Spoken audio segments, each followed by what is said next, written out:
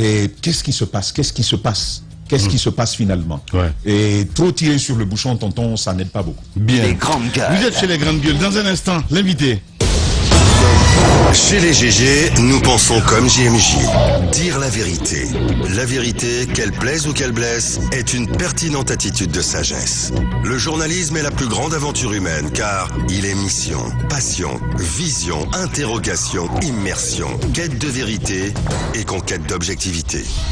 Écoutez les GG tous les matins sur Radio Espace en simultané sur Espace TV, Espace Région Bokeh, Labé, Zérékoré, Kindia sur 99.7, Cancan sur 99.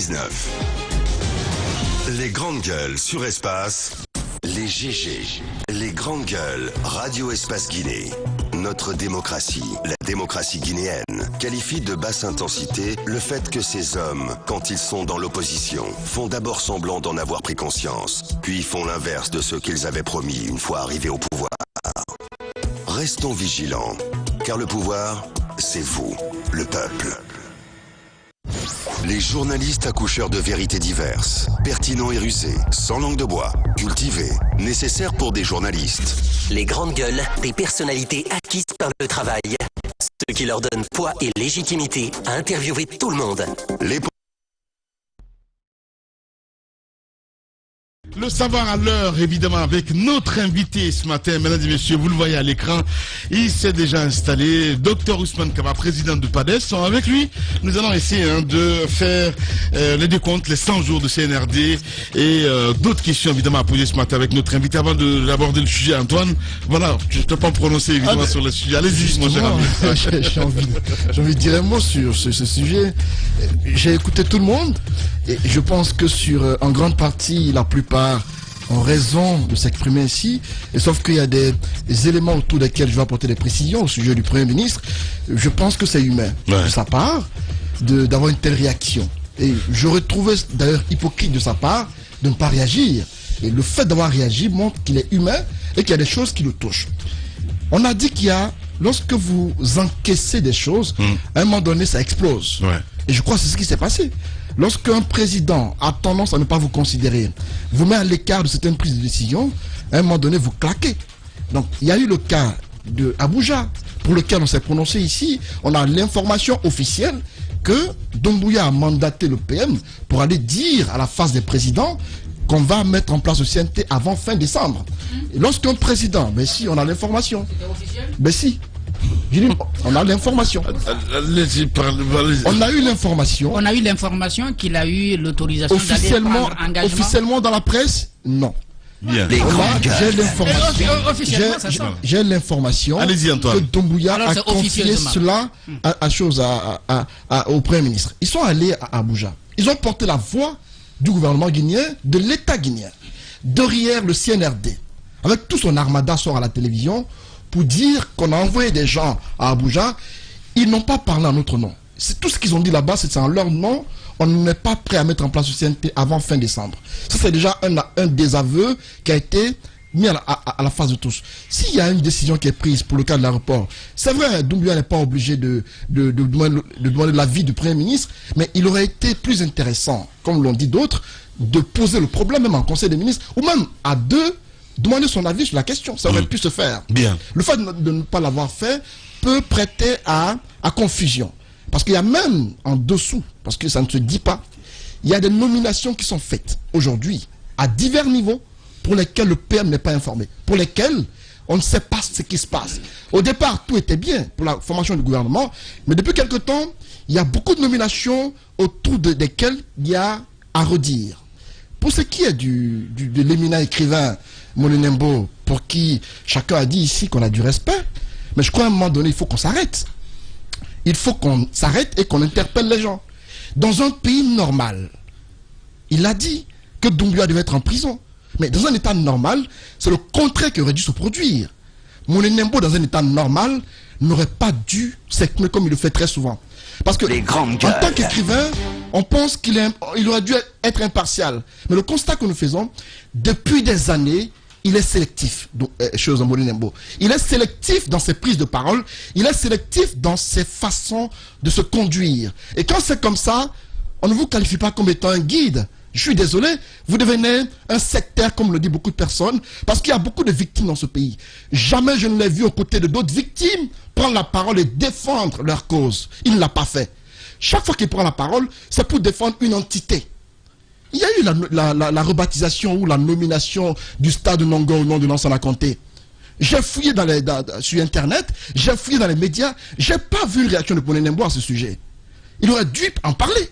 Parce que c'est Alpha Condé qui a décidé par un décret de baptiser le stade Nongo au nom de Lansana Conté. Et sous l'ère Lansana Conté, il y a eu des victimes dans ce pays. Bien. Et je crois des victimes qui sont nombreuses. Pour cela, il n'y a pas eu de remous à ce sujet. Sékou Touré porte le nom de Sékou Touré. Lansana Conté était putschiste, Lansana Conté. Il a rebaptisé Sékou Touré au nom de Sékou Touré. Pour cela, on n'a pas entendu Moné Nembo. Bien. Mais lorsque on prend une décision de rebaptiser l'aéroport de Conakry au nom de Sékou Touré, je ne crois pas qu'une telle sortie était nécessaire. Mais puisque ce n'est pas une première, c'est devenu une habitude chez lui, c'est un récidiviste, c'est pourquoi on en parle. Bien. Il en fait trop. Il faut qu'on l'interpelle. Ce n'est pas une première. Il a des comportements parfois pour lesquels... Antoine, merci. Il a des comportements souvent qui frisent... je ne veux pas le qualifier comme cela, mais qui étonne. C'est important qu'il reconsidère ses positions. Moné Nembo se doit. Bien. Il est important qu'il revoie sa position. Merci parce que je pense qu'il traîne des casques qui n'est pas exemplaire pour Moné Nembo. Bien. Au moins, si on ne l'a pas vu dans des positions plus ou moins correctes, on aurait dit ce qu'il dit, c'est vraiment objectif. Mais quand on a été aux côtés d'un parti politique connu dans ce pays, on vous a vu aux côtés d'un leader politique prendre part à des assemblées générales. Antoine, c'est son droit le plus absolu, je suis désolé. Attendez que il a le droit, Antoine. À ce niveau, ça vous enlève une certaine objectivité. Lorsque vous Antoine? Non. Lorsque vous prenez dans un parti politique, c'est un homme objectif. Vous ne comprenez pas. Bien. Lorsque vous prenez fait et cause pour un parti politique dans un pays, il y a de ces sujets sur lesquels quand vous vous prononcez, ce n'est pas évident que vous soyez objectif. Merci. Très souvent, on pense que vous le faites parce que vous défendez une cause. Et Moné Nembo, à ce niveau-là, on est enclin parfois à le classer ainsi. Bien. Parce qu'il faut qu'il revoie sa communication. S'il te plaît. Lamine, mais c'est important qu'Antoine clarifie. En quoi il y a un lien? En quoi il y a un lien de Sékou Touré et un parti politique? Bien. Moi, je vois aucun lien. L'éternel débat, évidemment, à suivre avec vous, auditeurs. Les GG continuent avec notre invité. Espace TV Guinée est sur YouTube. Abonne-toi. Espace Guinée sur YouTube. Espace TV en avance sur les réseaux sociaux. Chez les GG, nous pensons comme JMJ. Dire la vérité. La vérité, qu'elle plaise ou qu'elle blesse, est...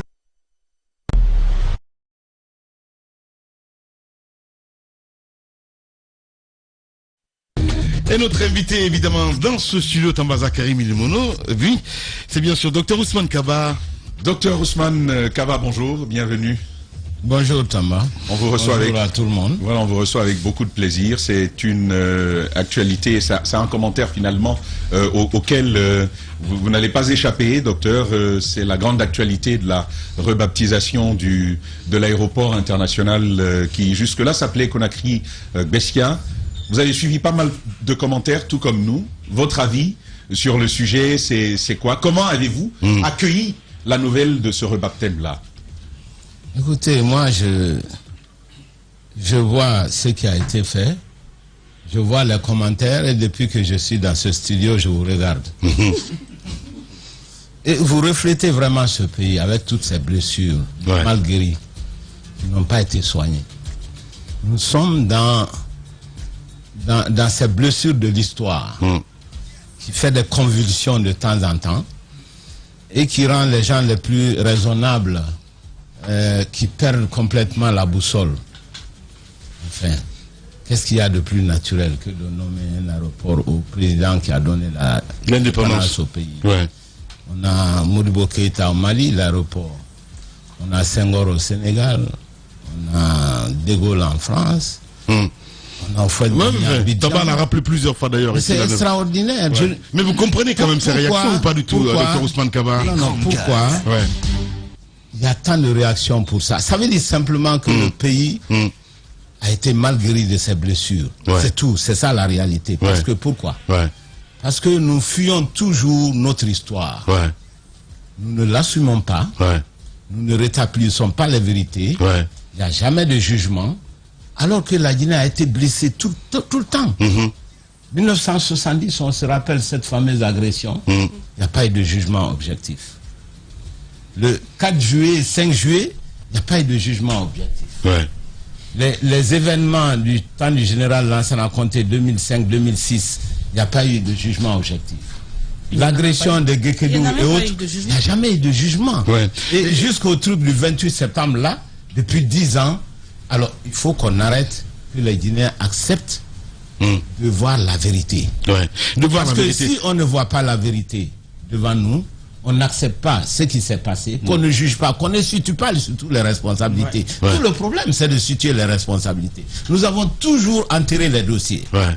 Justement, docteur. Et ça nous peut-être rattrape toujours. Si Parce que ça le rattrape Premier les ministre, générations qui viennent après. peut-être que si le Premier ministre n'avait pas fait cette sortie, ça n'allait pas prendre évidemment l'ampleur que ça a pris. Vous comprenez la sortie du Premier ministre? Écoutez, Ou les confidences du Premier ministre? non, je comprends. Ah ouais. Je comprends tout à fait. Ok. Parce qu'il y a eu des blessures, comme je l'ai dit. Il y a eu beaucoup de choses, beaucoup d'événements qui se sont passés en Guinée. Mais ça ne nous empêche pas d'assumer notre histoire. Ça ne nous empêche pas qu'il y ait l'aéroport président Ahmed Sékou Touré, parce que c'est après tout celui qui a donné l'indépendance à ce pays. Ouais. Ça ne nous empêche pas d'avoir des boulevards Diallo-Tellier aujourd'hui. Donc il faut que nous acceptions les évidences de l'histoire, ce que j'appelle les évidences de l'histoire. Hein, comme tout le monde. Ouais. Mais ceci dit, cet gouvernement, tout le temps, de rouvrir les dossiers guinéens, de dire la vérité, qu'est-ce qui s'est réellement passé sur tous ces événements-là. Tant qu'on ne le fera pas, la Guinée ne sera pas en paix avec son passé. Parce que chacun déforme l'histoire à sa guise. Chacun raconte des histoires à son enfant en tirant la couverture sur lui. Hein? Donc, la Guinée a toujours fui ces procès. On a toujours fui. Et tant que ça continue, on aura toujours mal. D'accord. Et nos enfants, les enfants, nos enfants vont continuer. Lorsque vous parlez de procès, parce que beaucoup disent que le problème c'est entre l'élite et le peuple. Alors quelle est la forme que cela devrait prendre? Est-ce que c'est une justice transitionnelle ou tout simplement aller vers un procès classique? Qu'est-ce que vous recommandez? Écoutez, moi je ne tranche pas là-dessus. Ce que je dis simplement, ayons le courage de regarder en face notre histoire. L'histoire guinéenne est très très déformée. Très déformée. On parle de Sékou Touré. Savez-vous que Sékou Touré a tué plus de Malinké que de Peul? Ah, c'est vous qui nous l'apprenez. Combien de jeunes le savent ici? Absolument. Combien de jeunes Guinéens le savent? Très bonne question. On n'a pas, on a refusé de regarder l'histoire. Docteur, sur la base de quoi dites-vous cela? Parce que, je vais vous le dire, il y a la liste le discours le plus commun en Guinée, c'est Sékou Touré, c'est un anti-Peul. C'est le discours le plus commun que l'on entend. Mais justement, c'est un gros mensonge historique qui est malheureusement partagé par beaucoup de monde. Sékou Touré, c'est celui qui l'a le plus traduit, c'est l'historien Baba Kake, quand il a dit le héros et le tyran. C'est les deux faces. Il y a une face qui a donné l'indépendance à ce pays. Et il symbolise la dignité de l'Afrique. Ce combat qu'il a mené, qui non seulement a émancipé la Guinée, mais pratiquement toute l'Afrique. C'est vraiment un des grands combattants. Ceci dit, dans cette période d'après-guerre, il y a eu d'énormes pressions sur la Guinée. Il ne faut pas l'oublier. Il y a eu les privations, les embargos, les naufrages diplomatiques, toutes sortes de pressions à des jeunes gens. Et à l'époque, c'était des jeunes gens qui n'étaient pas préparés. Donc ils se sont retrouvés et malheureusement, ils n'ont eu leur survie que d'aller dans le communisme, qui n'a réussi nulle part, pas seulement en Guinée, mais nulle part. Bien. Avec son cortège de répression. Voilà ce qui s'est passé. Donc il faut qu'on campe l'histoire, qu'on dise la vérité. Ceci dit, je pense que nommer un aéroport au nom du président Ahmed Sékou Touré, c'est normal. Voilà. C'est tout à fait normal. Docteur Ousmane Kaba, président de PADES, est notre invité ce matin. La machine est allumée à 11h. On reviendra avec d'autres questions. Le débat continue chez nous, évidemment. On revient pour la prolongation. Radio Espace Guinée. Les grandes gueules prônent un journalisme de construction démocratique au service de l'intérêt public. Les GG défendent la démocratie. Et la démocratie, c'est aussi des contre-pouvoirs. Nous bousculons un certain journalisme de gouvernement, un journalisme de cour, un journalisme qui est dans la révérence avec le pouvoir. Bienvenue chez vous, les GG sur Espace. Adafo Média vous dit Radio Espace Guinée. Depuis 15 ans, vous l'avez adopté en terre guinéenne. Radio d'actualité, de divertissement en continu, Radio Espace offre à ses auditeurs de grands rendez-vous d'information qui développent, analysent et décryptent tous les thèmes de l'actualité internationale et nationale et propose une véritable ouverture sur le monde. Pour fêter ses 15 ans en grande pompe, retrouvez-nous très bientôt à Dakar. Radio Espace Sénégal sur 99.9 à Dakar. Très bientôt. Très bientôt. Radio Espace Sénégal. À jamais première. Depuis 15 ans, vous l'avez adopté en terre guinéenne. Radio d'actualité, de divertissement en continu, Radio Espace, Espace TV, les grandes gueules, la prolongation. À l'heure sur nos ondes, sur Radio Espace, évidemment avec le maître des élèves, Dr Ousmane Kaba, président de PADES. Merci à vous qui nous rejoignez du côté de Kérouané. Vous êtes très nombreux à nous regarder évidemment dans ces localités. Merci de votre fidélité. Mesdames et messieurs, le débat continue avec notre invité ce matin qui n'est autre que Dr Ousmane Kaba. Il est dans ce studio, mon cher Tamba.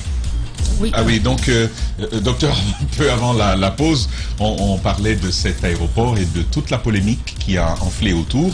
D'abord avec le Premier ministre qui s'est dit surpris et même en colère par le fait qu'il n'aurait pas été consulté, mais aussi que le nom puisse porter le nom de l'aéroport puisse porter le nom de Sékou Touré, lui qui a des attaches naturelles avec Diallo Telli. Et puis plus tard, avec Tierno Monenembo, une sortie que vous avez suivie très certainement. Et puis vous pointiez du doigt la responsabilité de la justice dans ce que nous sommes en train de vivre aujourd'hui. Est-ce que, docteur, vous nous dites qu'une des priorités de ce gouvernement serait de relire ces pages de notre histoire en vue de la refondation qui est annoncée? Est-ce que ce gouvernement aura le temps de faire tout ça? Je dis et je le répète, c'est parce que la Guinée ne fait pas face à son histoire que nous avons ces devoirs. Et tant qu'on continuera à ensevelir notre propre histoire, ne pas voir la vérité, ne pas rendre justice à ceux qui sont victimes, on va continuer dans cette voie. Sinon, ça n'a absolument aucun sens. Que l'aéroport soit baptisé du nom du président Ahmed Sékou Touré, c'est tout à fait normal, c'est ce qu'on fait partout dans le monde. Mais on le et c'est quand même l'auteur de notre indépendance. Je pense même qu'on a trop duré avant de le faire. Qu'on nomme l'avenue Diallo Telli à Kaloum, je trouve que c'est normal, il a apporté quelque chose à ce pays.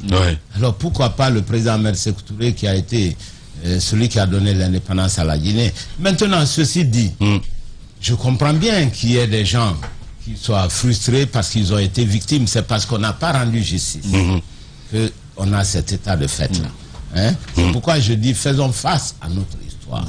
Ne continuons pas à ensevelir notre histoire. Justement, aujourd'hui, en même temps, vous dites est-ce que ce gouvernement aura le temps pour faire justice? Est-ce que vous êtes en train de dire en même temps on va faire la transition et puis prochainement on va penser à ces questions-là? Non, pas du tout.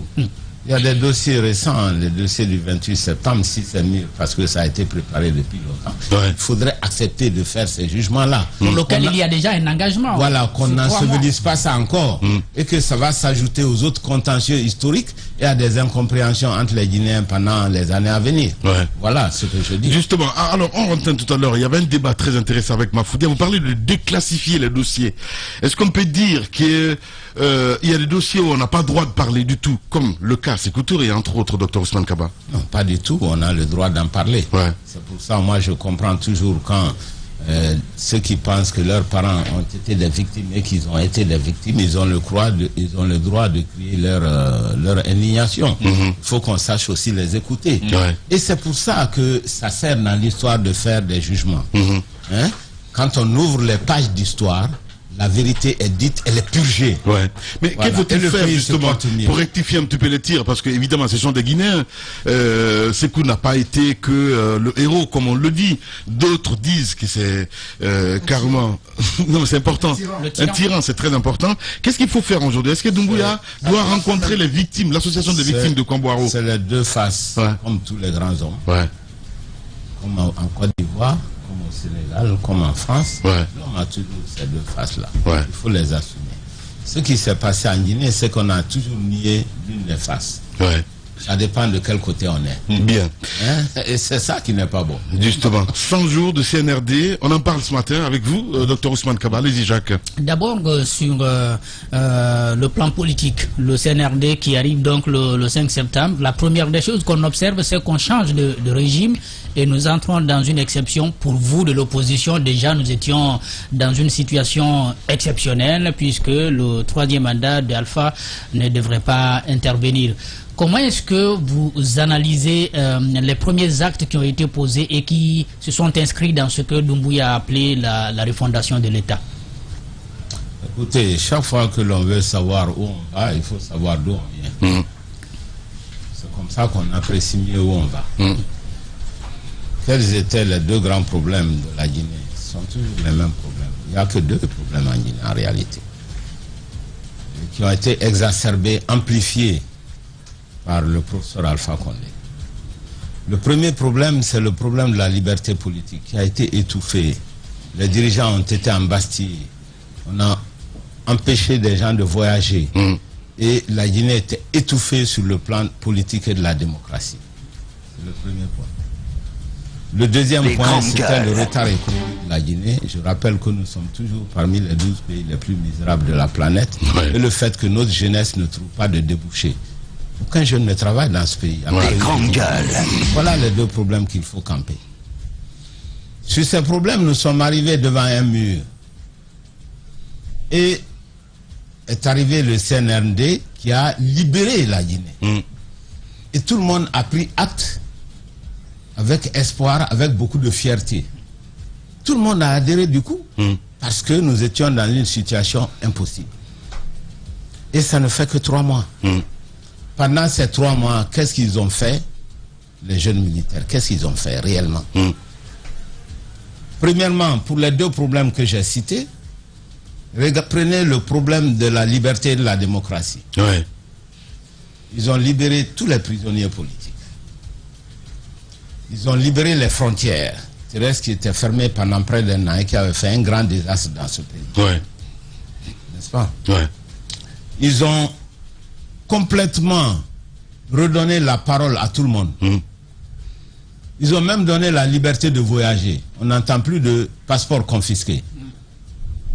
Donc ce côté-là, ils ont pris des mesures extraordinaires et extraordinairement courageuses. Ils ont même tenté de la réconciliation, aller dans des endroits spécifiques pour passer les plaies de la Guinée. Ouais. Symbolique. Symbolique, mais c'est très important parce que le symbolique en politique et dans la vie des nations est une chose importante. Oui, oui. Il faut le faire. Ouais. Donc un bilan hautement positif. Sur l'autre plan, sur le plan économique, qu'est-ce qu'ils ont fait? On a dit le retard économique de la Guinée est dû à la corruption. Et là, je suis persuadé qu'il faut le savoir. Tout le monde devrait le savoir. Oui. Parce qu'on ne peut plus investir dans ce pays, on ne peut rien faire et tous les Guinéens restent au chômage à cause de la corruption endémique. Ouais. Ils disent on va s'attaquer à la corruption. D'abord, le paysage guinéen, on le regarde. On voit qu'il y a 5 organismes d'investigation au moins. Ouais. Mais il n'y a aucun organisme de jugement. Donc l'arsenal n'était pas complet. En Guinée, il y a les inspecteurs d'État, il y a l'inspection des finances, il y a la Cour des comptes, qui est de l'investigation malgré le nom court, parce que ça trompe les gens. Oui. C'est juste de l'investigation, comme les autres. Tu as la lutte contre l'Agence nationale de lutte contre la corruption. Tu as l'ORDEF. Tu as au moins 5 organisations dont l'objectif est de faire des enquêtes. Mais tu n'as personne pour juger. Il ne faut pas l'oublier. Parce que le professeur Alpha Condé avait refusé de mettre la haute cour de justice qui devait juger les militaires, les ministres et les chefs d'État. On dirait qu'il avait prémédité le pillage de la Guinée. Oh, il a docteur. complètement refusé de le faire. Non. Moi, je suis un homme objectif parce que je ne peux pas comprendre. Faut pas tirer sur l'ambulance, mais non. Et c'est pas le seul élément. Mais c'est ce que je dis Non. justement. Mais c'est J'ai trop dit- facile de critiquer Non. comme ça aujourd'hui. Non, Vous avez non. quand même été avec Alpha Condé. Ah Il non. faut l'assumer aussi. Vous oubliez que je suis Comment l'un ça de il faut... ceux qui l'ont le Ben plus non, critiqué. pas du tout. Si. Ben non, pas du tout, Soyons- docteur. soyons Vous avez sérieux, été quand l'ami. même avec lui. Je l'ai- oui. Vous avez été, Parce que vous je avez ne le travaillé savais avec pas. lui. Ben, Mais quand vous, je ne l'ai- savez, vous ne savez pas, Mais docteur. bien sûr. Eh ben, Comme tout le monde. ben non, pas du tout. Personne ne À savait. chaque fois qu'on vous invite dans le Attendez, studio, vous l'ami, dites à chaque soyons fois, non sérieux. mais j'ai été naïf Non. et tout ce qu'il y a Non, autour. non, non, non. C'est trop beau. Personne ne C'est savait trop beau, exactement. docteur. Mais non, Non, non. moi, Je suis j'ai pas le d'accord courage avec de vous. m'opposer. Mais non, mais c'est ce que je dis J'ai le justement. courage de m'opposer. Ah, J'ai ben le non. droit de parler. Ben oui, vous avez le droit de vous poser, mais à un moment donné, mais non, docteur, oui, à un moment c'est donné, il facile faut pour vous dans assumer. le studio. Non, non, non, il faut assumer. Moi, Vous je avez sais travaillé pas dit avec sur Alpha les Condé à un moment grenades donné. ici. Je suis désolé, mais non. Non, mais attendez, c'est trop facile, je suis désolé. Non, non, Allez-y. non, non. Ah non. Non, il faut qu'on se comprenne. Oui, on se comprend très bien. Non, il faut qu'on se comprenne. Je dis bien, on était dans le domaine de l'économie. Oui. J'ai dit que ce pays est l'un des plus arriérés du monde. On fait partie des 12 pays les plus pauvres du monde. Ouais. Prenez le dernier rapport 2020 du PNUD qui classe la Guinée comme ça. Quand ils sont venus, on ne peut pas développer un pays en 3 mois, mais tu peux mettre des jalons. Pour mettre ces jalons, ils ont commencé par mettre l'arsenal juridique qui puisse permettre de combattre la corruption. Ça, c'est fait. En seulement 3 mois. Alors, moi, je dis globalement bravo. Je dis c'est une très bonne chose. Ça ne veut pas dire. Ok. Non, ça ne veut pas dire que tout est parfait. Ils ont avancé dans les 2 gros chantiers de la Guinée. Ouais. Et en 3 mois, moi, je dis que c'est très bien.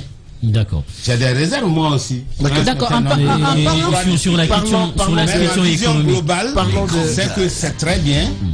C'est un très bon résultat par le CNRD. D'accord. Soyons Vous avez, objectifs. vous avez mené des audits en 2010, vous êtes un homme qui a l'expérience, certainement. Et Krief, oui, beaucoup l'ont salué. L'agent judiciaire de l'État, tout récemment, qui a fait une sortie où des noms ont été cités. Est-ce que, pour vous, c'est la procédure? C'était maladroit. Pour vous, est-ce que c'était la procédure qu'il faille suivre, vous qui avez quand même l'expérience dans le domaine?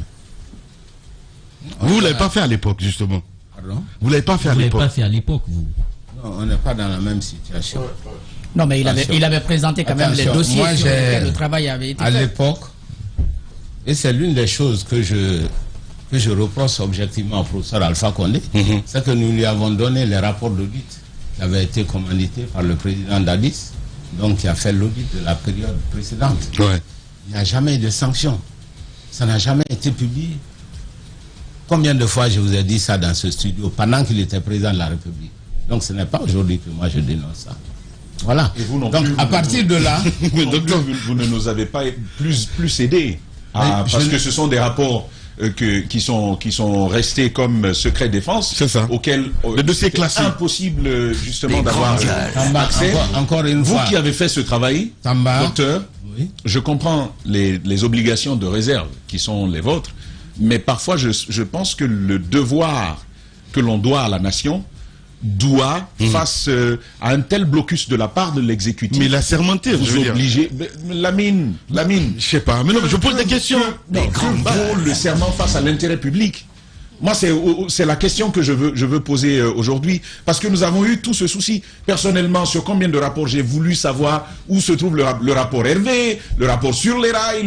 Il n'y a que quelques bouts de feuilles comme ça que vous voyez. Air Guinée également, Mais et tout. difficile de toucher le rapport, le document complet au total, ou même de savoir ce qui était à l'intérieur, docteur. D'accord. Vous avez raison de parler de votre frustration personnelle.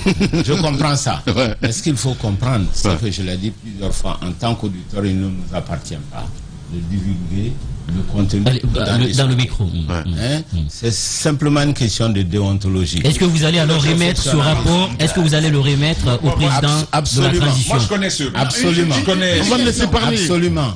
Une Non, question. vous me Non, laissez- il n'a pas vous me fini. laissez finir. Je disais donc, il y a les 2 aspects sur lesquels il y a eu progrès. Il y a eu l'aspect politique liberté, il y a eu l'aspect de gestion économique et de lutte contre la corruption. Ah, vous nous sortez des dossiers des audits, pourtant on avait envie de savoir, parce qu'à la veille de la présidentielle, non, du référendum même de 2020, On a vu un document dans la presse, bon, plutôt dans une presse, c'était Afrique Média, qui notait une liste comme ça de dossiers sur lesquels... C'était la Bible de Moussa Moïse dans ce studio. Sur lesquels une commission d'audit aurait été travaillée. Aurait pu travailler. Est-ce que, Dr Kaba, ce sont les dossiers sur lesquels que vous avez travaillé? Non, oui, lesquels? Les dossiers qui se sont retrouvés dans ce média-là. Moi, je ne sais pas. Dans ce magazine. Bon. Dans ce magazine. Bon, évidemment, il y avait les rails, il y avait Air Guinée. Je suis d'accord, tout ceci, ça fait partie, effectivement. Il y avait les rails, il y avait Air Guinée, il y avait la Naval, il y avait Fiturlec, il y avait un certain nombre de dossiers. Il y a des solutions. Moi, je vais remettre aux nouvelles autorités. Vous, en tant que presse, vous avez le droit d'accéder à ces données.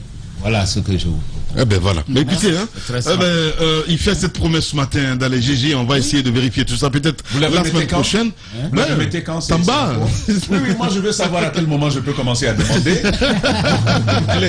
C'est un lourd, garçon. Non, vous allez les remettre quand ces dossiers, docteur? Non, mais Tamba. Ces dossiers sont disponibles. Oui, vous allez les remettre aux nouvelles autorités. Ce sera quand? Dès que je pourrai les voir. Tamba, docteur, quand même. Hein? Bon, d'accord. Faites-moi un SMS pour me dire Tamba. Merci, on va essayer de vous le donner. Allez-y, mon cher, sur d'autres plans. Sur d'autres plans, on parle toujours d'économie et tout. Vous avez salué la mise en place de la CRIEF. Vous dites que c'est l'instrument qui va dorénavant juger. Mais moi, j'avais posé une question, vous n'avez pas répondu. C'est sur l'agent judiciaire de l'État, cette sortie. Est-ce qu'on peut dire finalement, il annonce les couleurs ou qu'il n'était pas tout simplement dans la logique? Ça, c'est la première question. La deuxième, toujours sur le plan économique, il y a eu la baisse du prix du carburant que beaucoup ont salué, augmentation du prix du pain. Beaucoup d'économistes disent qu'on donne 100 francs par la main droite, on récupère 200 francs par la main gauche. Est-ce que c'est cette politique qui est appliquée? Écoutez, je pense qu'il faut qu'on ait un contre-point. Oui. Le premier point, c'était l'agent judiciaire de l'État. Il est dans son rôle en réalité. Parce que l'agent judiciaire de l'État défend les intérêts de l'État. Il faudrait qu'à ce point, vous me permettrez que je passe une petite distinction entre les audits et le flagrant délit. Allez-y, docteur. Parce qu'il y a beaucoup de choses qui sont mélangées. Auditer, ça veut dire enquêter. D'accord? Et pour que tout le monde le comprenne, on va comparer le droit commun et le droit financier. Dans le droit commun, lorsqu'il y a un crime, on ne connaît pas le criminel, on enquête. Dans le droit financier aussi, lorsqu'il y a des malversations, on ne connaît pas qui a fait quoi, on audite. D'accord? Dans le droit commun, lorsque quelqu'un vient avec un couteau et vous transperce devant tout le monde, est-ce qu'on a besoin d'enquêter? Non. On le prend, on le met en prison, on appelle ça le flagrant délit. Voilà, on est à l'école. Hein. Dans le droit financier, lorsqu'un fonctionnaire a 40 000 $, à 40 milliards sur son compte privé, on le prend, on le met en prison avant même de lui poser la question. On n'a pas besoin d'audit, parce que ça, c'est du flagrant délit dans le domaine financier. Donc, parce que beaucoup de gens mélangent tout, on pense que c'est l'audit qu'on doit faire partout. Il y a des choses, on n'a pas besoin d'auditer, il faut le savoir. Certains crimes financiers qui sont à vue d'œil, qui sont des flagrants délits, on n'a pas besoin d'auditer. Et c'est à l'accusé d'apporter la preuve de son innocence. Voilà, de son alors, innocence. lorsque vous dites ça... C'est pour cela, excusez-moi, je vais finir. C'est pour cela, dans les autres pays, comme en France et autres, lorsque vous roulez dans une voiture de 500 000 €, alors que vous êtes payé à 3 000 € par mois, les policiers ou le fisc qui vous prennent simplement, on vous envoie en prison, on vous demande pour sortir, dites-nous où vous avez pris cet argent. C'est très simple. Vous n'avez pas gagné au loto. Voilà. Donc c'est à vous de justifier l'origine de vos fonds. Donc ça peut permettre de clarifier pas mal de choses parce que l'on pense, on mélange tout ici. Un type véreux qui a des centaines de milliards sur son compte privé, on dit non, il faut attendre l'audit. Mais on ne peut pas auditer ça. Lorsque vous parlez de ça, monsieur le Président, ça veut dire tout simplement ceux dont les passeports ont été saisis, puisque vous parlez de flagrant délit, est-ce que ces gens-là auraient dû être en prison en attendant le procès? Moi, je ne peux pas vous répondre, ça dépend de la position de chacun. Je n'ai pas les éléments d'information. Je ne peux pas vous répondre. Justement, non, mais il se réfère un petit peu au DAF, en fait, parce que... Justement, au DAF et tout ça. Il y a le cas des DAF dont on a entendu parler. On parle de certains dont on a découvert, sur le compte de qui on a découvert quelques sommes importantes et qui ne sont pas en prison. Oui. Quelques sommes, ça veut dire quoi? Des milliards de francs guinéens qui sont sur leur compte et qui ne sont pas inquiétés, qui sont en liberté. Il y a eu le cas de quelques cadres cités par l'agent judiciaire de l'État. Je veux citer Yacine Diallo, je veux citer la directrice du port autonome de Conakry. Yacine s'est défendu dans la presse en disant qu'il ne se reconnaît pas dans les accusations faites par l'agent judiciaire de l'État. Pas des milliards sur son compte privé. Non, je parle de la méthode choisie par l'agent judiciaire de l'État. Non, ne mélangeons pas. Non, je comprends ce que vous dites. Je parle des méthodes de monsieur du maître Sampil, qui a fait une sortie dans la presse. Sur 75 dossiers, il a rendu public 4 noms de personnes. Est-ce que pour vous la méthode était bonne? Parce qu'aujourd'hui, regarde toute la Guinée, Yacine est un voleur de la République. Je pense que c'est tout le nom qui aurait dû être divulgué. Justement. C'est tout. Voilà. Je ne dis pas qu'il avait raison sur tous les aspects. Parce que s'il y a des cas de flagrant délit, ce sont ces cas-là qui devraient être publiés. Mais tous les cas de flagrant délit doivent être logés à la même enseigne. C'est tout. Je ne pense pas que ce dossier-là soit dans ce contexte, parce que j'ai entendu parler d'une histoire de 2 millions, de 3 millions. Oui, exactement. Du côté de la HAC. Parce que c'était pas justifié et tout ce qu'il y a autour. C'est pas du tout son compte. Est-ce que c'était important? C'est pas son compte personnel. C'est pour cela, je vous dis, mettons tout sur la table, soyons prudents. Il ne faut pas accuser des innocents non plus. Lorsque ce n'est pas avéré, il n'y a pas de flagrant délit. Prenons le temps de savoir qui est coupable, qui ne l'est pas. Bien. Justement, en parlant de ça... En mélangeant tout, on retarde justement la lutte contre la corruption. Mais justement, parce que si vous ne faites pas attention, vous allez avoir beaucoup de victimes inutilement. Et ça met à l'abri les grands voleurs. Alors, quelle doit être, s'il te plaît, quelle doit dans ce cas être la démarche du CNRD au bout de 3 mois? On se retrouve avec les mêmes amalgames, on accuse tout le monde, tous les ministres sont coupables, tous les DAF sont coupables. Au bout de 3 mois, est-ce que vous pensez qu'on aurait dû obtenir quelque chose de clair, ou bien il faut encore du temps en période de transition pour avoir des éléments et pouvoir dire qui a fait quoi? Bien sûr, parce que les 3 mois, il ne faut pas oublier. Le premier mois, c'est pour savoir juste qu'on a gagné. Et que l'autre est au frais et qu'il y a les éléments de sécurité. Pendant combien de temps ils ont travaillé? C'est très peu de temps. Je pense qu'il faut quand même être un peu patient. On ne peut pas tout demander en 3 mois de résoudre tous les problèmes de la Guinée, les problèmes qu'on n'a pas pu résoudre depuis 10 ans, 15 ans, 20 ans. Est-ce que la démarche...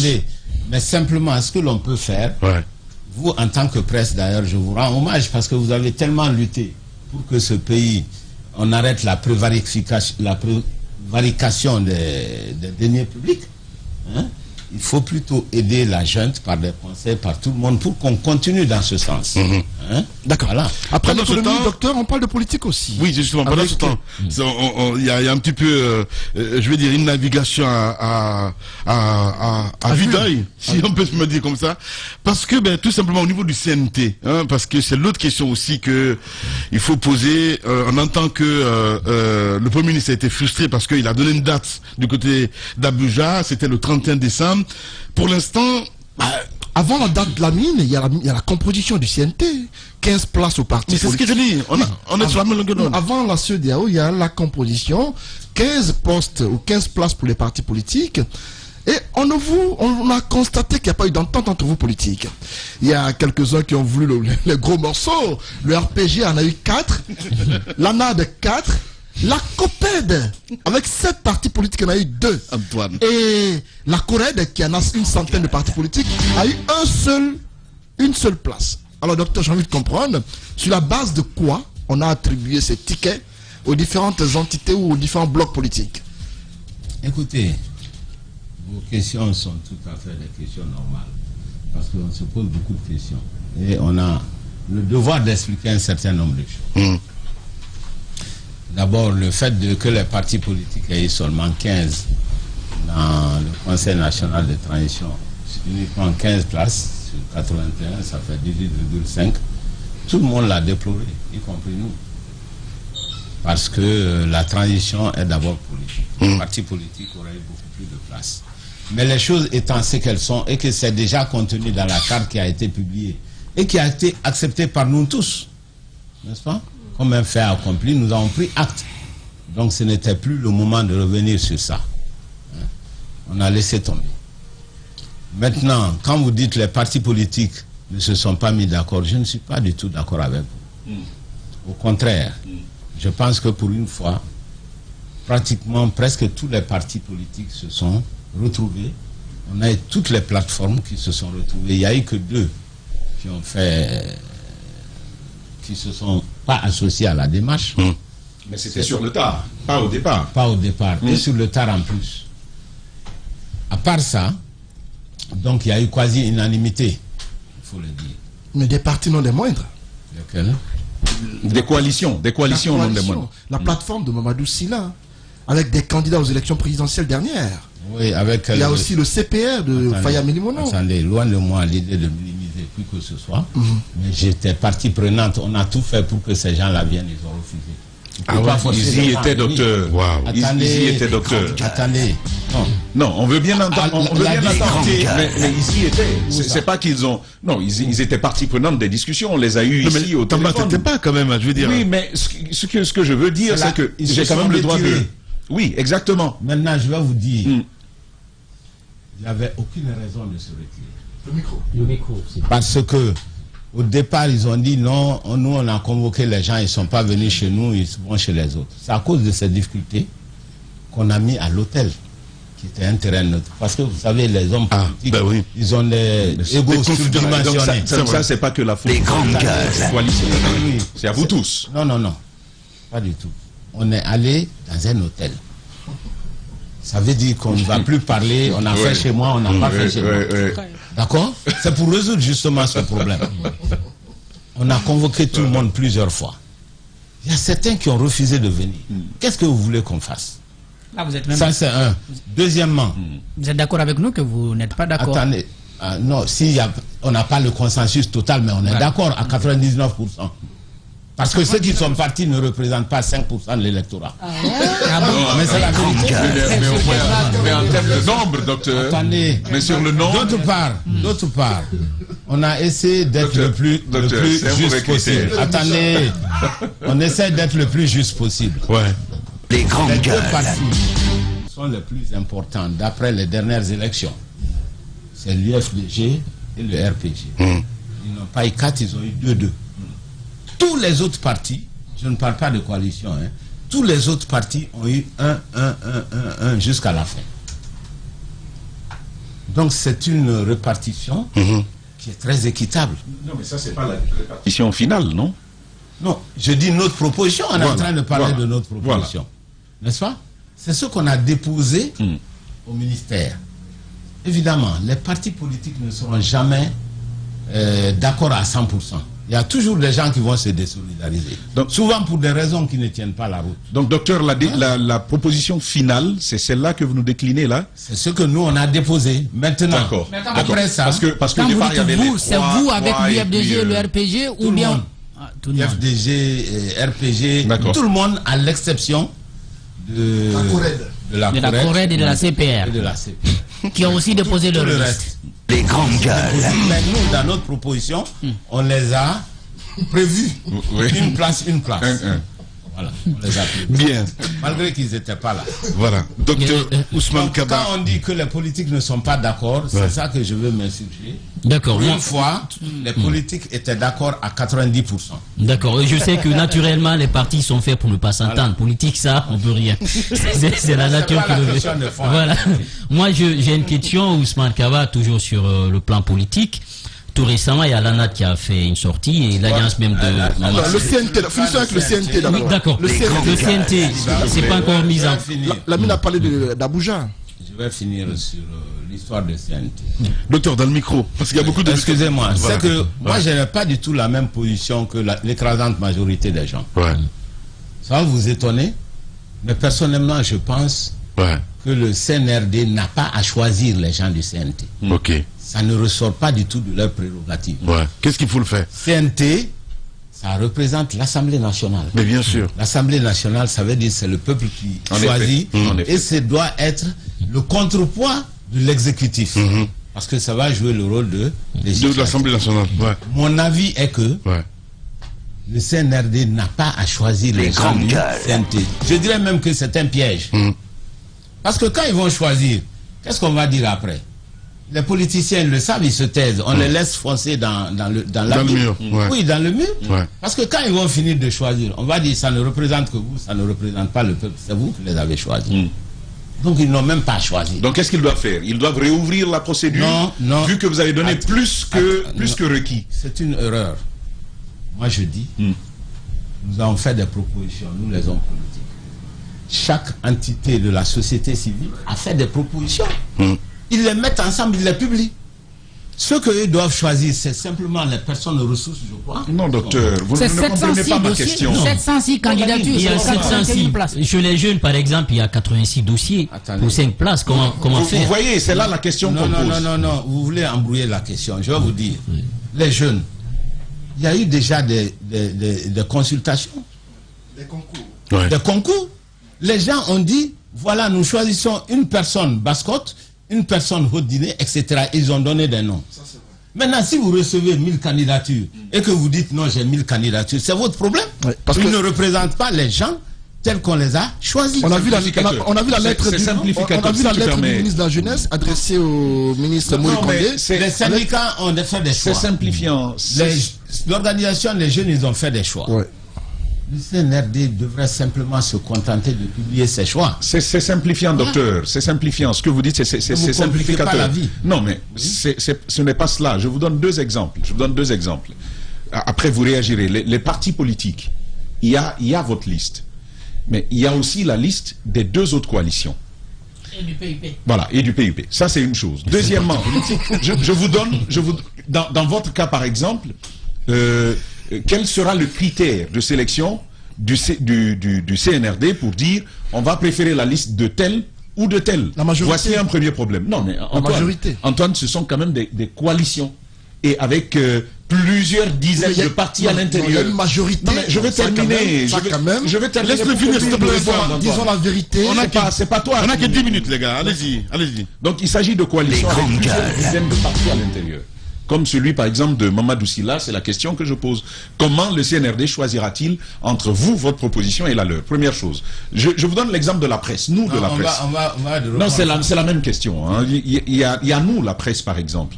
Il y a les associations de presse qui ont déposé une liste. Mais il y a le syndicat des journalistes qui a également déposé sa liste. À ce moment-là, le CNRD va choisir comment? Et finalement, est-ce que vous ne comprenez pas ce que le CNRD dit? On a demandé des propositions qui nous permettraient de consolider 81 personnes, mais finalement, on se retrouve avec des propositions qui nous amènent à plus de 700. Est-ce que vous n'avez pas compliqué le travail du CNRD, vous, les acteurs globalement pris? Et comment on peut régler ça? Faudra-t-il réouvrir la procédure pour vous ramener vos listes et vous demander de vous entendre à nouveau? C'est la question que je pose. Vous parlez des journalistes, c'est que vous êtes parmi ces acteurs-là. Ben oui, on en fait partie. Je l'assume pleinement, c'est pourquoi je pose la question. Merci. Je pense qu'on complique ce qui est simple. D'abord, si je prends pour le cas des politiques, parce que tout le monde est content de dire que les politiques ne s'entendent pas. Le micro. Mais la réalité est que... Baouri nous a dit attendez. Chacun est libre de raconter. Mais bien sûr. D'abord, disons-nous la vérité. Sur quels critères vous allez prendre les partis politiques si ce n'est pas les résultats des élections? Il n'y en a pas. C'est le seul critère. Non. Il va y en avoir le poids électoral. Oui. L'existence d'un parti politique, c'est des grandes gueules. Être au complet. Une existence sur le territoire national. Mais une existence sur le territoire national, ça c'est un critère important.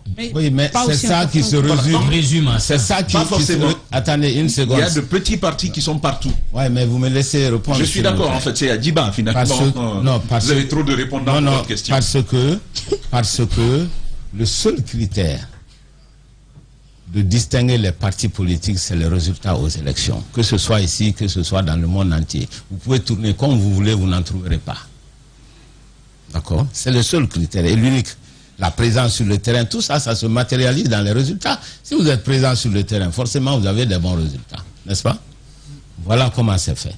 Donc, quand on réunit les partis politiques, on est obligé de regarder les poids des différents partis politiques suivant différentes élections. Il y a beaucoup de méthodes de classification. Ce qui s'est passé, je peux vous assurer que c'est quelque chose de fair, de juste. Les plus grands partis n'ont eu que 2. On a tenu compte de la dispersion. C'est pour ça aucun autre parti n'a eu 2, à part le RPG et l'UFDG. Aucun autre parti n'a eu 2. Tout le monde a eu un jusqu'à la fin. Voilà. Maintenant, la dernière minute, comme je vous ai dit, et ils se sont désolidarisés. Ils ont dit non, on a un nombre important de partis que nous n'avons même pas identifiés. Voilà. On a dit d'accord, qu'à cela ne tienne, vous avez une place, une place. Maintenant, que peut faire le CNRD? D'abord, si vous dites ils ne sont pas d'accord, on les met sur le même pied d'égalité, c'est pas vrai. Vous allez vous créer tous les problèmes du monde parce que vous avez 95% de la classe politique d'un côté et vous avez 2 à 3% ou 5% de l'autre côté. C'est ça la vérité. Ouais. Oui. Oui, c'est la vérité. Donc, comment à mon avis, le CNRD doit trancher en prenant la grande majorité, les listes qui ont été données par la grande majorité. Maintenant, si vous dites, non, moi je ne prends pas ça, les gens ne sont pas d'accord, je dois choisir moi-même. Au nom de quoi tu vas choisir toi-même? Comment comprenez-vous ce retard accusé pour sa mise en place? Il y a eu le cas Abuja où il y a eu contradiction carrément entre les émissaires du gouvernement guinéen et le CNRD. Comment comprendre ce retard dans la mise en place du CNT? Là, c'est l'autre question. Oui. Oui. Moi, je ne suis pas dans les coulisses du gouvernement. Mais ce que je peux vous dire, ce n'est pas une bonne chose qu'il y ait cette contradiction. Et mon conseil personnel aurait été de dire au CNRD de tout faire pour que ces listes sortent avant le 31 décembre. Ouais. D'accord? Quand on prend le pouvoir, ça veut dire qu'on prend le pouvoir de décider. Même s'il y a 1 million de personnes, décidez. Prenez selon vos critères, mais finissez avec cette histoire. C'est tout. C'est-à-dire que le CNRD peut bien choisir parmi les listes que vous avez envoyées et peut-être pas forcément les noms que vous avez proposés. Ça vous aiderait? Ça vous plairait? Ils n'ont aucun droit de le faire, de changer les noms. À supposer par exemple vous... Il n'y a pas à supposer. Moi je vous dis, ils n'ont pas le droit de changer les noms. Je vous dis tout de suite une chose. Voilà. Parce qu'il faut être clair. Non, je pense que ce que Jacques veut dire par rapport à ce que Tamba disait tout à l'heure, supposons que le CNRD aille avec les 5% dont vous parliez, vous accepteriez? Vous pouvez accepter les 5%. Non, mais plus que les 95%. Mais qu'il accepte de mélanger. On choisit chez vous, par exemple, puisqu'on vous a accordé 15 places, les partis politiques, on vous donne 11 et puis on donne 4 aux autres qui ont déposé aussi leur liste, la CPR, la CORED, mais également le PUP. Vous ne pouvez pas les rejeter, ils existent. Jacques Léwalinou, toujours particulier. Je les rejette pas, j'ai pas le droit de les rejeter, ni la possibilité de les rejeter. Oui. Mais simplement, moi je vous dis, voilà comment nous avons travaillé. Nous avons essayé d'être justes, mais ça n'a pas marché. Tout le monde. Voilà. Bien. Ça n'a pas marché. Il y a aussi la collaboration globalement avec les politiques. On a entendu beaucoup d'entre vous qui se sentent ignorés par le CNRD et apparemment depuis les concertations des premiers jours, il n'y a plus rien. Qu'est-ce qui se passe finalement? Ça c'est une question de fond. Nous avons demandé qu'il y ait une passerelle officielle entre le CNRD et la classe politique. Nous sommes en train de travailler sur l'interplateforme justement. Ce qu'on a voulu faire, il y avait une réunion même ce matin, je suis en retard à cette réunion parce que je viens chez vous. Nous avons dit que notre interplateforme ne devrait pas se limiter uniquement à la répartition de 15 conseillers au CNT. Il faudrait mettre cette plateforme pour qu'il y ait un espace de dialogue entre le CNRD et les hommes politiques. Donc cet effort est en train d'être poursuivi. Et d'ailleurs sur la question, beaucoup disent qu'il n'y a pas besoin de créer aujourd'hui cette passerelle. Il y a le ministère de l'administration du territoire et de la décentralisation. Beaucoup estiment que vous pourrez discuter directement avec ce département au lieu de créer un cadre de dialogue. Que répondez-vous? Enfin, dans quel cadre on va discuter avec le département? Bah justement, oui. Justement pourquoi alors avoir une autre plateforme? Il faut une plateforme de toute façon. Que ce soit le ministère de l'administration, que ce soit un CNRD, il faut une plateforme officielle où on peut rencontrer la classe politique. Docteur, elle existe. Le ministère de l'administration du territoire est une plateforme. Quand il y a un cadre d'échange, la plateforme n'est pas forcément physique, c'est pas forcément une entité, c'est un cadre de dialogue et d'échange. Est-ce que les politiques guinéens ont déjà sollicité le ministère de l'administration du territoire sans que cela ne soit possible? Depuis quand le ministère existe? Non, même pas longtemps. Mais oui, maintenant il est là. On n'a pas besoin. Ça existe déjà. Docteur, parce que je vais dire que vous aimez trop les histoires de plateforme. Ça veut dire qu'on est en train de demander ça il y a très longtemps, avant même la formation du gouvernement. C'est juste ce que je vois. Moi, je vois une crise venir. Je ne le souhaite pas parce que parmi les exigences, par exemple, de l'ANA, on ne va pas rater ça, hein, ça je vous le dis. Voilà, il dit d'accepter la désignation par la CEDEAO d'un médiateur, facilitateur intègre pour aider à aplanir d'éventuelles divergences internes. Bien. Déjà, on annonce. On annonce les couleurs. Je sais qu'ils vont pas éviter. C'est l'ANA qui le dit. C'est l'ANA qui le dit. Comment vous voyez ce passage? Et d'ailleurs, sachant que le président de la transition a dit qu'on n'avait pas besoin de facilitateurs parce que la crise guinéenne, c'est une crise. J'ai pas pris connaissance de. C'est un message évidemment qu'on envoie. Globalement, non, c'est la déclaration de l'ANA. Une déclaration. Attendez, moi, ce que je peux vous dire, c'est que d'une manière générale, il y a la nécessité d'un dialogue. C'est une nécessité qui est vitale, que nous avons exprimée depuis longtemps et qu'on continue d'exprimer. Parce que c'est dans ce dialogue-là, dans ces contacts, qu'on peut aplanir les difficultés. Il ne faut pas attendre que les difficultés, que les fossés grandissent entre le CNRD et la classe politique pour en parler.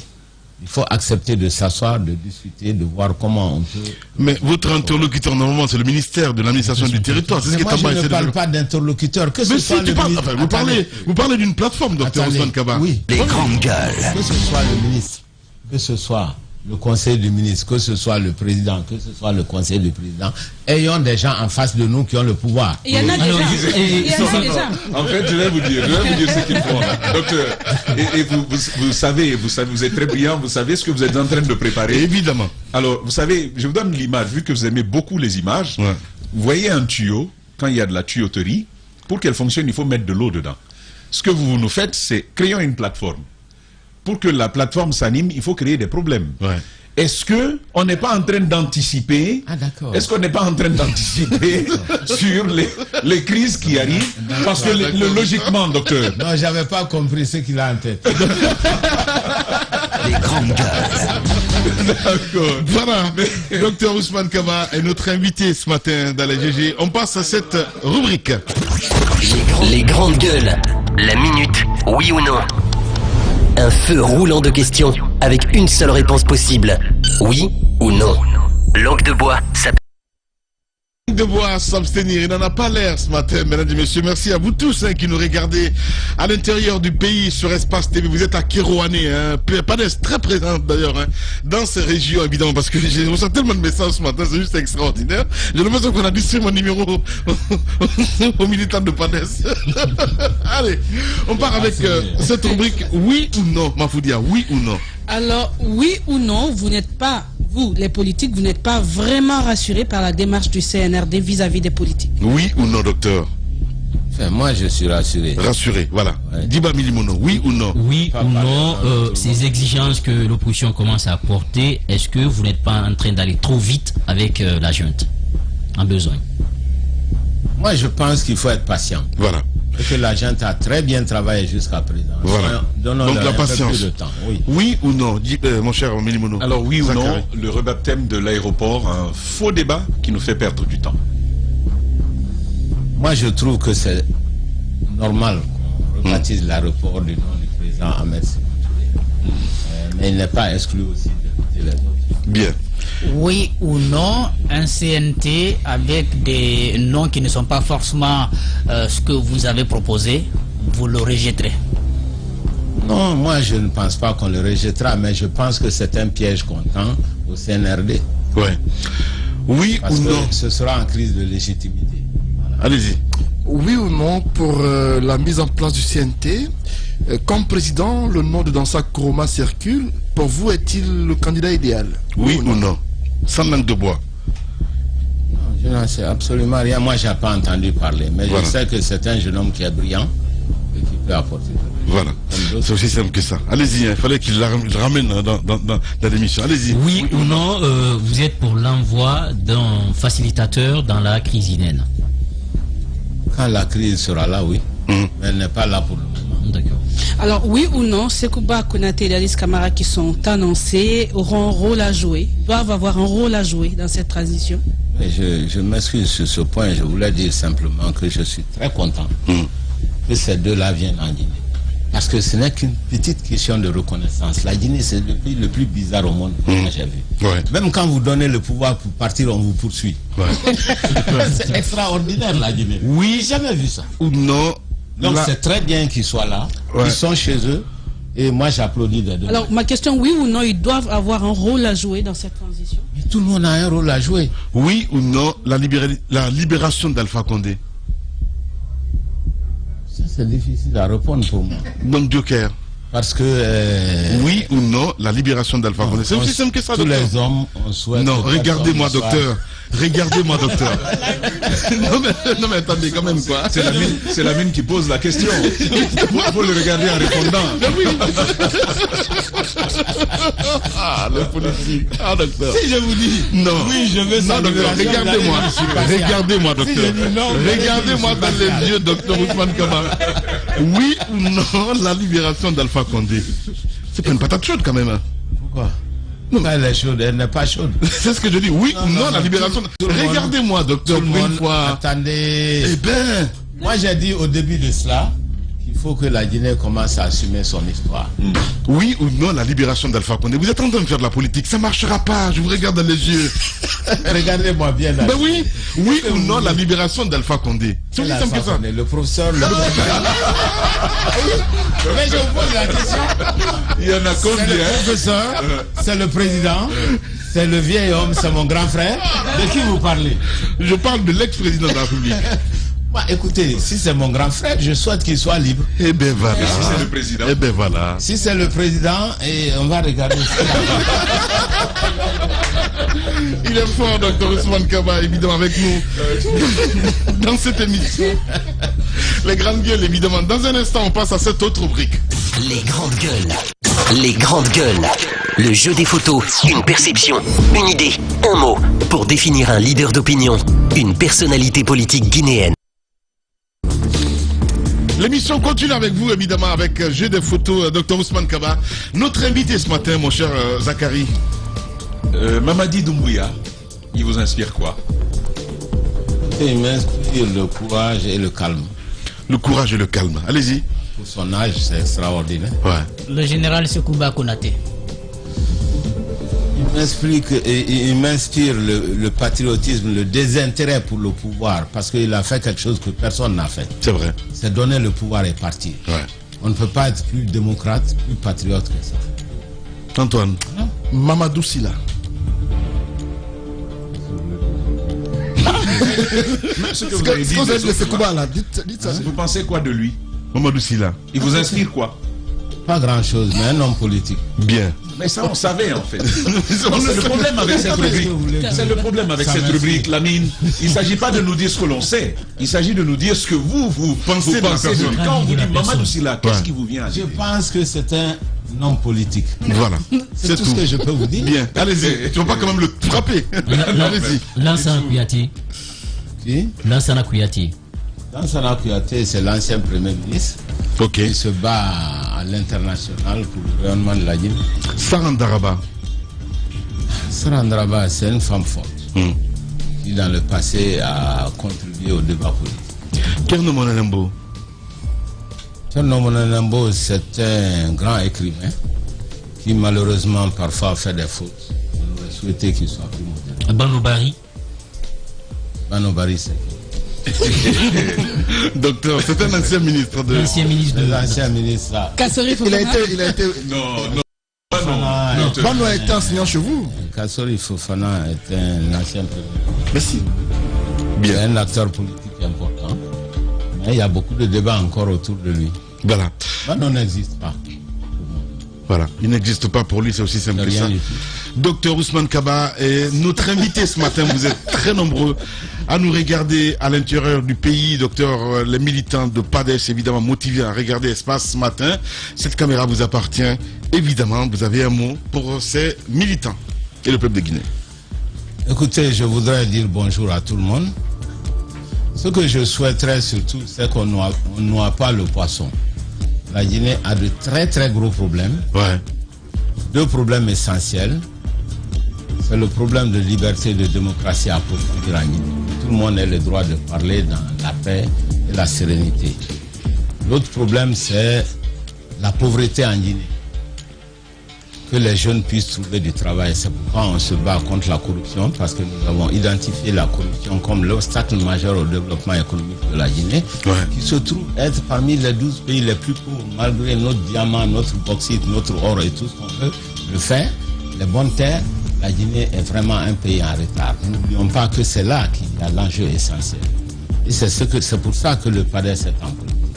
C'est pour rattraper le retard économique de la Guinée, pour qu'on ait des routes de l'électricité dans toutes les villes de Guinée et surtout que des milliers de jeunes puissent travailler. Voilà, qu'ils puissent trouver des emplois, que les jeunes ne soient pas condamnés tout le temps à aller en Occident et se noyer dans la Méditerranée. Donc nous avons le don de perturber les problèmes et de parler des problèmes inutiles. Ouais. De telle personne. La Guinée a des vrais problèmes dans ce pays. C'est le travail de la jeunesse, c'est les emplois. Le PADES, c'est le parti qui offre les perspectives d'emploi. Parce que nous sommes capables d'abord de donner des bonnes routes à toute la Guinée en 5 ans, c'est clair. 4000 km de goudron, toutes les préfectures de Guinée seront goudronnées. Nous sommes capables en 6 mois d'électrifier l'ensemble du pays. Avec 10 MW par préfecture, toute la Guinée est éclairée. Les opportunités existent. Les moyens financiers existent. Mais prenons des professionnels qui peuvent aller les chercher au lieu de nous mettre dans des débats inutiles avec des amateurs qui ne savent pas de quoi ils parlent. Voilà ce que je dis au peuple de Guinée. On s'est suffisamment trompé dans le passé. Maintenant, soyons plus sereins. Il faut bien choisir l'élite qui va nous gouverner. Ouais. Voilà. Et l'élite qui doit bien nous gouverner, pourquoi pas PADES, voilà. Docteur Ousmane Kaba, vous souhaitez combien d'années pour la transition ou combien de mois? Écoutez, je vais vous dire que ça dépend du contenu, mais toutes les transitions en moyenne durent 2 ans. 2 ans, en moyenne. Ouais. Si on va en surplus 5 ans, ça vous va? Je ne pense pas que ce soit une transition, mais un mandat. Un mandat, voilà. Bien, merci beaucoup.